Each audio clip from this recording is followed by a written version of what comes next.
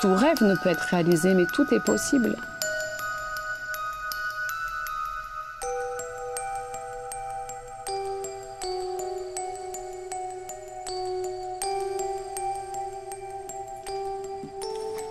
J'ai fermé les yeux. Je me suis souvenue. Je me suis souvenue la petite fille que je fus. Je me suis souvenue et j'ai senti le vent sur ma peau quand je dévalais les pentes de la colline derrière notre maison. Le goût et le parfum des cerises et des abricots. Le parfum du printemps qui annonce le renouveau.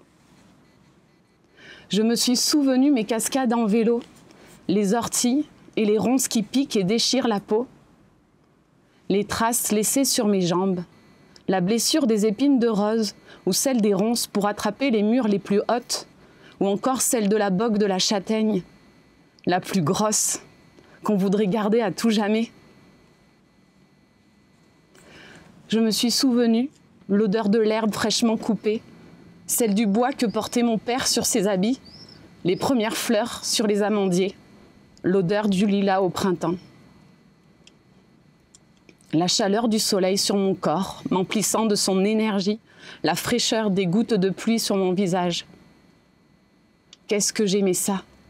Sortir sous la pluie, profiter du froid, me sentir vivante à chaque fois qu'une goutte se posait sur moi, puis rentrer au chaud, dans notre maison. L'Ardèche, ma terre natale, ma terre de cœur, ma Madeleine de Proust. Les Alpes de Haute-Provence, ma terre d'accueil. Ce 3 avril 2020, la France était en plein confinement. Je me suis fait opérer d'une hernie discale lombaire.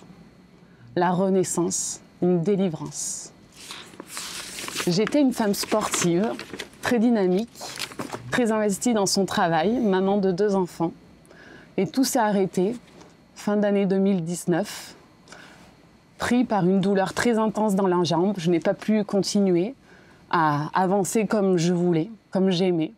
J'ai dû accepter cette douleur lancinante qui s'est amplifiée au fil des semaines, qui ne s'arrêtait pas.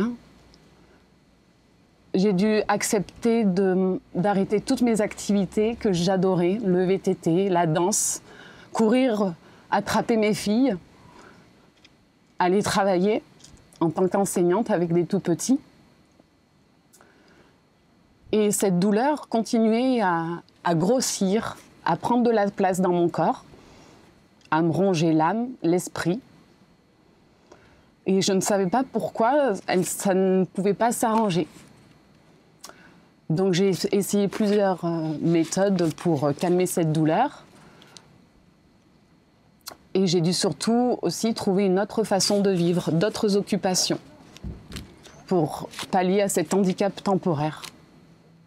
J'ai pris du coup le temps d'écouter des émissions féministes, des podcasts, relire des magazines féminins que je n'avais pas relus depuis longtemps, aller chercher mes filles à l'école, refaire des choses que j'aimais manger. Je ne suis pas une adepte de la télévision, donc j'ai essayé de faire d'autres choses, reprendre la guitare que j'avais commencé, pour trouver d'autres moyens pour lutter contre cette souffrance et cet handicap. Accepter de ralentir le temps et de le vivre surtout autrement, avec cette douleur, dans l'espoir toujours de jours meilleurs. Heureusement, j'ai la chance d'être très bien entourée par des amis, une famille, qui m'ont toujours donné l'espoir dans des jours meilleurs et dans des moments plus heureux. Mais ça n'allait pas mieux. Donc nous avons décidé avec mon neurochirurgien de faire plusieurs tentatives de médicaments, etc. Et mon opération a dû être repoussée à cause de l'épidémie de Covid qui sévissait. Et je n'ai pas pu être opérée comme je l'aurais souhaité. Donc j'ai dû une nouvelle fois accepter que cette opération soit différée, de continuer à prendre des médicaments et d'attendre et d'accepter cet handicap-là et de faire avec.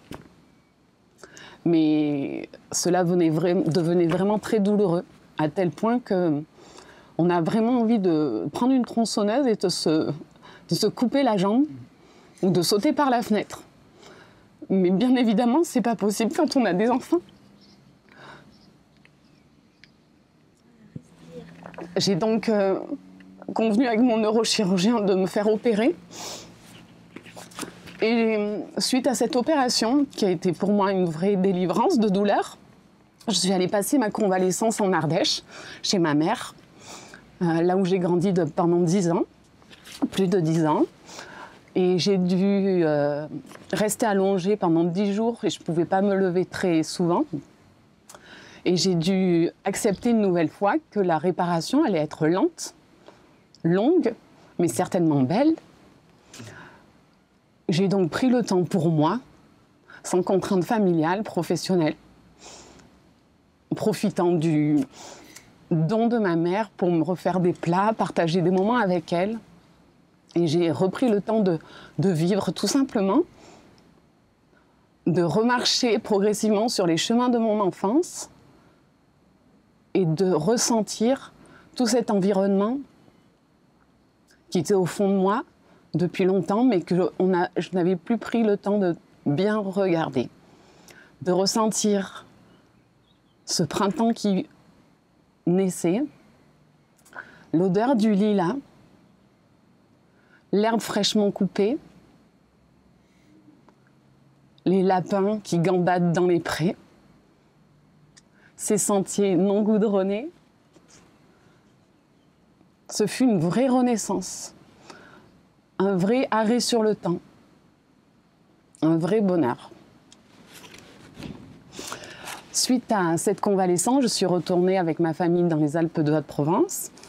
Et là, j'ai revécu une situation un peu compliquée, puisque je rentre chez moi, ça va mieux, je suis à l'aise dans mon corps, mais je dois accepter de nouvelles contraintes. Des heures de sortie, une attestation, une privation de liberté, alors que je retrouve la liberté de mon corps. Je n'ai pas compris. J'ai dû accepter, mais je n'ai pas compris cet état de contrôle qui ne fait pas confiance. Ça a été assez douloureux, mais j'ai accepté. J'ai quand même fait des activités avec mes filles, retrouvé le plaisir de se baigner, de marcher tout simplement, juste vivre des moments simples et heureux, qui sont pour moi le sens de la vie. Tout était à nouveau possible. Et puis cette rentrée de septembre 2020, où je reprends mon travail à temps plein, avec des tout petits de 2 et 3 ans, en tant que maman aussi. Et là, un nouvel arrêt. Au bout de 3 semaines de travail, de nouvelles douleurs, de nouvelles angoisses. L'angoisse de repartir à l'hôpital, de me refaire opérer. Je n'ai pas compris. Mais qu'est-ce qui se passe? Pourquoi? Et je n'arrivais pas à savoir d'où ça venait. Je cherchais, mais impossible de trouver la solution, la clé. Et là, le seul moyen de survie que j'ai pu avoir a été de me mettre en mi-temps thérapeutique pour continuer tout simplement à réaliser des activités, à ne pas perdre mon travail et continuer à faire des activités avec mes filles. Ce mi-temps thérapeutique a été une vraie révélation. J'ai pris du temps pour moi, 2 jours par semaine, 2 jours par semaine au travail. Ce temps que j'ai pris pour moi, j'ai pris du temps pour me poser. Pour me poser, regarder la neige tomber, réfléchir à des plats que mes filles aimeraient, regarder les nuages passer dans le ciel. J'ai pu aussi reprendre la guitare, reprendre confiance en moi, comme quoi je savais en fait chanter, jouer, créer. J'ai pu rencontrer des nouvelles personnes puisque ça allait mieux, mais du coup j'étais plus ouverte aux autres et surtout plus ouverte à moi sur les activités que j'aimais faire. Et notamment, dans ma classe cette année, j'ai une enfant qui a des troubles du spectre autistique et j'ai pu m'intéresser davantage à ce domaine-là. Et vu que je suis plus en connexion avec moi-même, j'ai pu rentrer en connexion avec elle.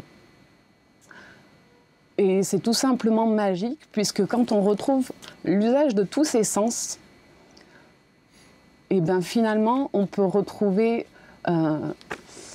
l'usage de la communication avec tout le monde, et avec la nature, et avec les personnes qui nous entourent. Ce mi-temps thérapeutique a été pour moi une vraie révélation, puisque je me suis beaucoup posé de questions sur le fait que ce temps passe. Le temps passe, il faut l'accepter, comme accepter la réalité qu'on s'impose, mais que l'homme peut être capable de ralentir le temps, si on le désire vraiment. Et qu'il faut aussi savoir s'écouter, avoir confiance en nous, et se dire que même si tout ne peut pas être réalisé, tout rêve n'est pas possible, on ne peut pas tout voir, tout faire. Mais si on le veut vraiment, un rêve peut être possible.